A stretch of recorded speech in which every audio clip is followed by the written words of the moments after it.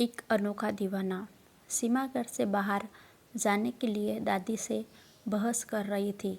दादी ने कहा, बेटा तुम्हें हल्दी लग चुकी है, इसलिए अब शादी तक तुम्हारा घर से बाहर जाना बंद।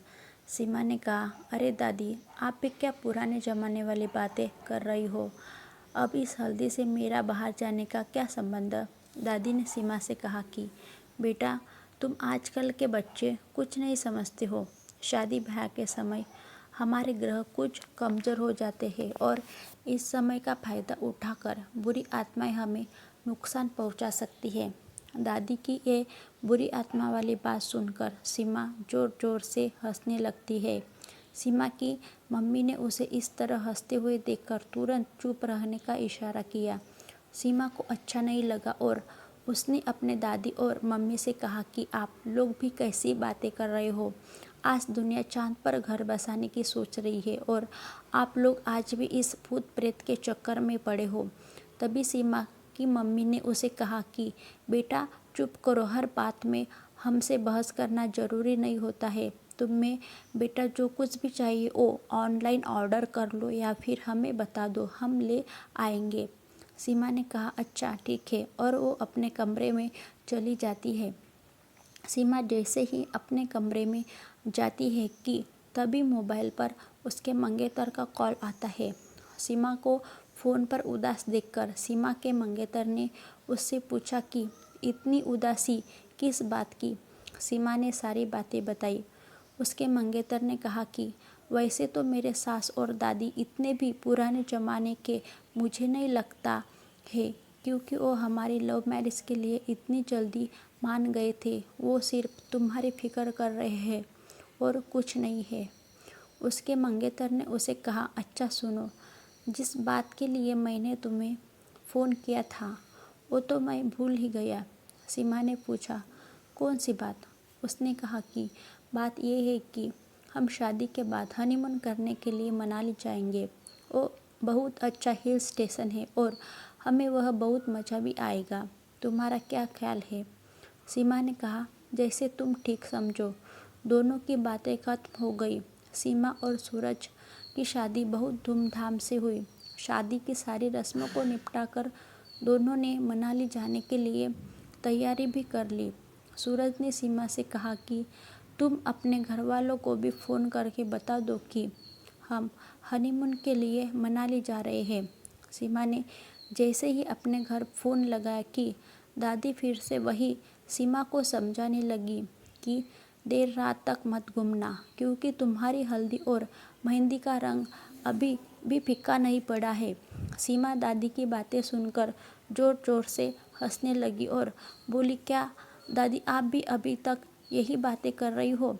तभी फ़ोन सूरज ने लिया और उसने सीमा की दादी से कहा कि आप बिल्कुल फ़िक्र मत कीजिए, मैं सीमा का अच्छे से ख्याल रखूँगा। अब सूरज और सीमा अपने आगे के जीवन के सपने देखते हुए बहुत जल्द मनाली पहुंच भी गए और उन्हें पता भी नहीं चला। यहाँ के नैसर्गिक सौंदर्य को देखकर दोनों बहुत खुश हो गए। उस दिन दोनों गेस्ट हाउस में ही रुके थे। अगली सुबह सीमा ने सूरज को उठाया तो वो सीमा को देखता ही रह गया। लाल सलवार कमीज और खुले बालों में सीमा बहुत खूबसूरत दिख रही थी। सूरज को ऐसे अपनी तरफ देखकर सीमा शर्मा जाती है और उसको कहती है कि आप इस तरह क्या देख रहे हो। चलो अब उठ भी जाओ, हमें फिर घूमने भी जाना है। सूरज ने सीमा से कहा कि घूमते तो सारी उम्र रहेंगे, पहले मुझे जी भर कर तुम्हें प्यार तो कर लेने दो। सीमा ने कहा, अब ज़्यादा कुछ मत बोलो और जल्दी से तैयार हो जाओ। सूरज को अब न चाहते हुए भी तैयार होना पड़ा। वो दोनों अब बाहर घूमने के लिए चले गए। दोपहर को जब धूप थोड़ी तेज हुई तो दोनों एक पहाड़ी पर पेड़ के नीचे बैठ गए। बातें करते करते जैसे ही सूरज अपना सिर सीमा के कंधों पर रखा, वैसे ही सीमा ने जोर से उसे धकेलते हुए कहा कि दूर रहो मुझसे। सूरज ये देखकर हैरान रह गया और उसने सीमा से तुरंत पूछा, ये क्या मजाक है सीमा। जैसे ही सूरज ने उसे फिर से छुआ कि सीमा वापस चिल्लाई और उसने कहा कि मैंने कहा ना तुम दूर रहो मुझसे। ये देखकर वहाँ पर कुछ लोग एकत्रित भी हो गए। अपना तमाशा बनता देख सूरज किसी भी तरह सीमा को गेस्ट हाउस ले जाता है। गेस्ट हाउस पहुँचते पहुँचते ही सीमा बेहोश हो जाती है। सीमा की ऐसी हालत देखकर सूरज ने डॉक्टर को बुलाया। डॉक्टर ने कहा कि थकावट की वजह से इन्हें तेज बुखार चढ़ गया है। तुम घबराना मत, मैंने इसको इंजेक्शन दे दिया है, वो सुबह तक ठीक हो जाएगी। सूरज अभी परेशान ही था कि सीमा की माँ का फ़ोन आ गया। सूरज ने उन्हें सब कुछ बता दिया। सीमा की माँ ये सब सुनकर परेशान हो गई, लेकिन उन्होंने जाहिर नहीं किया और वो सूरज को तसल्ली देते हुए बोली कि तुम घबराना मत, सुबह सब कुछ ठीक हो जाएगा। मैं तुम्हें सुबह फ़ोन करूँगी। अगली सुबह सीमा को बुखार थोड़ा कम हुआ था, लेकिन उसका शरीर एकदम पीला हो गया था। सूरज सीमा के लिए चाय लेकर आया और उसने सीमा से पूछा कि अब कैसी हो। तभी सीमा ने जोर से सूरज को धक्का मारा और चिल्लाने लगी और थोड़ी देर में फिर से बेहोश हो गई। गेस्ट हाउस में सीमा की हालत देखकर कुछ लोगों ने तो बातें भी करना शुरू कर दिया कि इस पर किसी प्रेत आत्मा ने कब्जा कर लिया है। सूरज इन सब बातों पर विश्वास नहीं करता था, लेकिन अब दूसरी तरफ डॉक्टर ने भी हाथ खड़े कर दिए थे।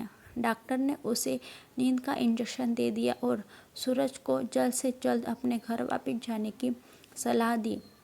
सूरज ने ये सारी बातें फ़ोन करके अपनी सास को बताई।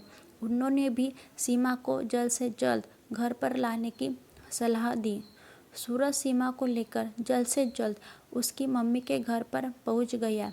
दादी ने पहले ही अपने पुरोहित को बुला लिया था।